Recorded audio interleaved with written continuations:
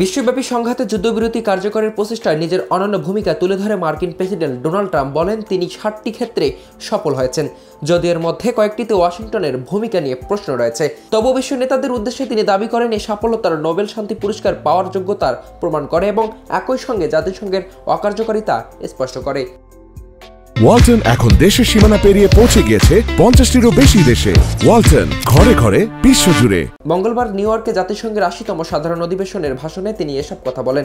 তিনি আরো বলেন, তখন এটি নিয়ে ভাবার সময় পাইনি, কারণ আমি লাখো প্রাণ বাঁচাতে আর যুদ্ধ থামাতে ব্যস্ত ছিলাম, কিন্তু পরে বুঝেছি জাতিসংঘ আমাদের জন্য ছিল না। ট্রাম্প বলেন, দুঃখের বিষয়ে এসব কাজ আমাকে করতে হলো, অথচ জাতিসংঘ কিছুই করল না। দুর্ভাগ্যজনকভাবে কোনো ক্ষেত্রেই সংস্থাটির সহায়তা করার চেষ্টা পর্যন্ত করেনি। তিনি জাতিসংঘের সদর দপ্তরে একবার ভাঙ্গা লিফটার, নষ্ট টেলিপ্রম্পটারের অভিজ্ঞতার কথা উল্লেখ করেন। ট্রাম্পের ভাষায়, জাতিসংঘ থেকে আমি শুধু দুটো জিনিসই পেয়েছি, একটি হচ্ছে খারাপ এসকেলেটর আর একটি টেলিপ্রম্পটার।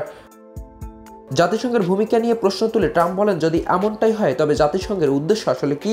জাতিসংঘের অসাধারণ সম্ভাবনা ছিল, কিন্তু সংস্থাটি এর ধারের কাছেও পৌঁছতে পারেনি।